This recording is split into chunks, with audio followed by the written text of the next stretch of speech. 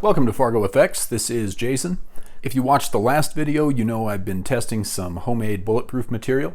I made that material using a fiberglass welding blanket and fiberglass resin. I used 22 layers of that thick woven welding blanket, applied the resin, and then clamped the layers together under high pressure. And then after the resin cured, I trimmed that down so that I had a piece that was, I don't know, maybe 6 or 7 inches by 6 or 7 inches. And the thickness, I didn't actually put a tape measure to this, but I would guess it's somewhere in the neighborhood of a 1/2 to 3/4 of an inch.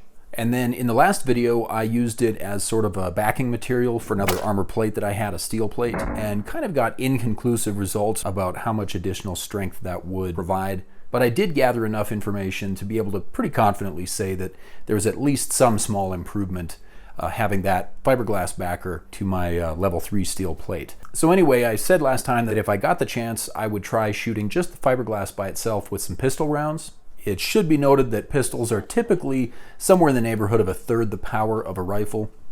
Of course, that will depend on a lot of different factors. It depends on the type of ammunition you're using, how long the barrel is, and so on.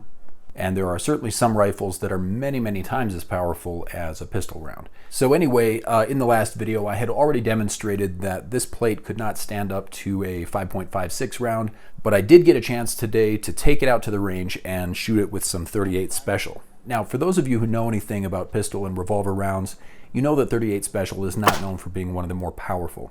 But keep in mind that this plate has already been shot several times. It's been shot both as a backing material for another steel plate, and it's been shot with a rifle shooting 5.56 millimeter. So this is very much a compromised plate. Having been hit that many times, definitely I would not expect to get the full performance out of this plate. But I just wanted to see if it would stand up to .38 Special. What you'll see in this video is not only did the plate stop it, but it actually stopped it in, I would say, the first 2 or 3 layers. And I don't know if the bullet fragmented, I don't know if the bullet ricocheted or what happened, but there was essentially 0 penetration. To be fair, now this is a lead bullet. It is not a jacketed bullet, so lead is relatively soft, especially when you get it going at high velocity and it runs into a hard target. Honestly, I'd be a little surprised if this surface was that hard that it was able to just shatter that lead bullet, but it definitely stopped the bullet. So I was really impressed with that. Again, this is a 125 grain lead bullet at probably around 800 feet per second. So let's say right around 2/3 the power of a typical 9mm. That is the one result that was really definitive. The rest of these, I did some shooting both with .38 Special and with .357 Magnum through a 20-inch barrel rifle. This is a Rossi Model 92, and it started to get difficult to tell exactly what was happening because we already had so many bullet holes and marks and things on this one small piece of fiberglass here. But I believe it did stop the .38 Special.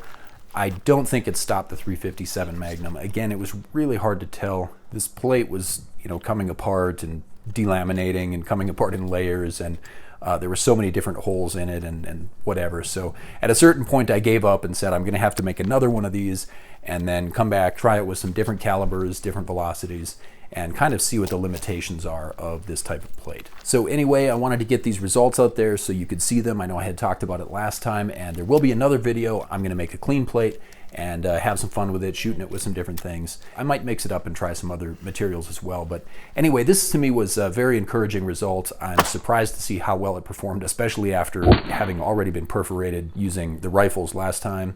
I think this design definitely has promise, maybe not necessarily equivalent to the level of protection that you could get if you spent hundreds of dollars and bought something similar from a manufacturer.